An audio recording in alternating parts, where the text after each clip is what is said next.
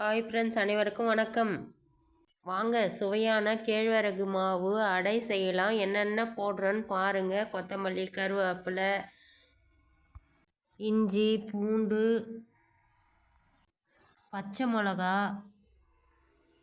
வெங்காயம், அப்புறம் மரத்து தழை, அதான் சொல்கிறோமே, முருங்கைக்கீரை தழை நமக்கு தேவையான அளவு போட்டுக்க வேண்டியது தான். அதையும் போட்டேன். கொஞ்சம் போது நீங்கள் கோதுமை மாவு போட்டிங்கன்னா இன்னும் கொஞ்சம் நல்லா பதமாக நல்லா வரும், டேஸ்ட்டாகவும் இருக்கும்.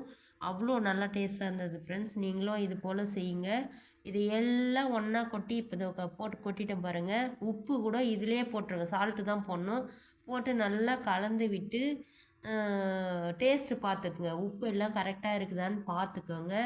பார்த்துக்கிட்டு இதை நம்ம எண்ணெயில் போட்டு கூட செய்யலாம். இஞ்சி, பூண்டு எல்லாம் அரைச்சேன் பாருங்கள். கொத்தமல்லி, கருவேப்பிலை கூட கொஞ்சம் போட்டு அரைச்சிட்டேன். நல்லா வாசமாக இருக்கும். அது மாதிரி போட்டு அரைச்ச தண்ணி அதை கழுவி அதில் ஊற்றிக்கலாம். ஊற்றி நல்லா கலந்து விட்டுக்கலாம்.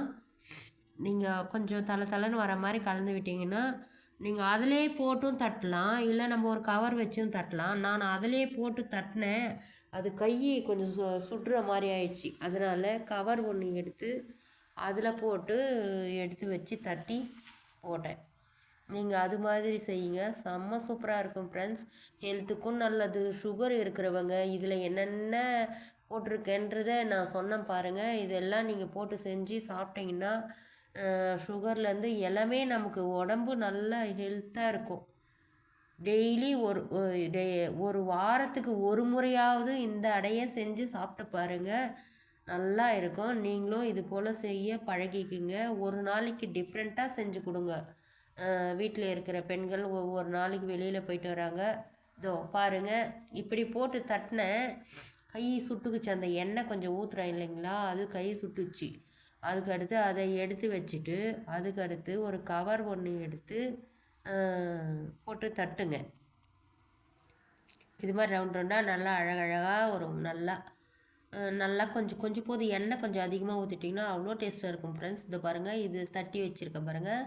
இது போல் தட்டி அப்படி எடுத்து போட்டாக்கா அந்த கவரில் கொஞ்சம் எண்ணெய் போட்டுக்கணும். நான் காட்டுவேன் பாருங்கள் அந்த வீடியோவில். அது போல் எண்ணெய் கொஞ்சம் போட்டு நீங்கள் அந்த எண்ணெயே கொஞ்சம் அந்த கவர் மேலே போடுங்க. அதை தடவுறேன் பாருங்கள். லைட்டாக போட்டுட்டு சும்மா அப்படி அழுத்தினாவே அது நம்ம ஷேப் வந்துடும்.